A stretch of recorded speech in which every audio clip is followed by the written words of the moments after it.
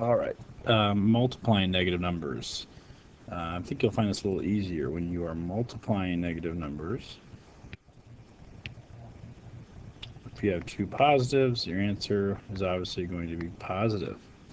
If you have different signs, it doesn't really matter the order here, always going to have a negative answer if you're just having two amounts here, okay?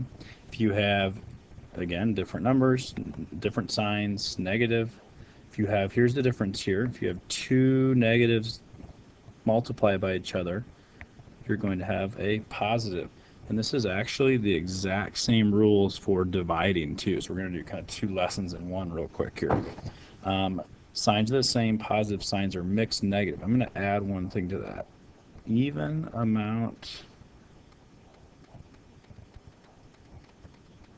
of negatives.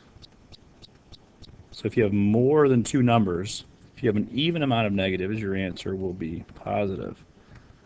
Odd amount of negatives, because they're not going to all be able to cancel each other out, your answer is going to be negative.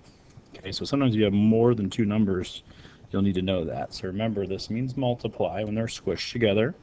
Even amount of negatives, and there's two of them in this case, so signs are all the same. You're going to get a positive 32. Signs are different. Odd amount of negatives. Notice how both those rules work together. Negative 99. Odd amount, you get a negative.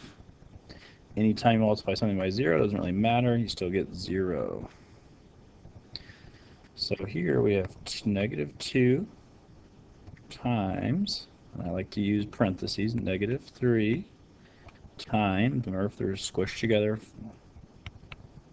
5. So here we have an even amount of negatives. That's why I pointed that out when you have 3. So those are going to cancel each other out. And you're going to get positive 30, even amount of negatives. So in this scenario, we have 3 times negative 2 times 3 squared.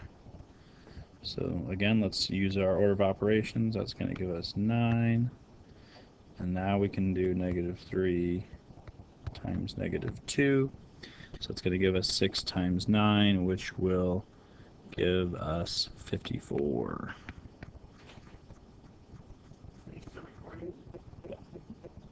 It's all right.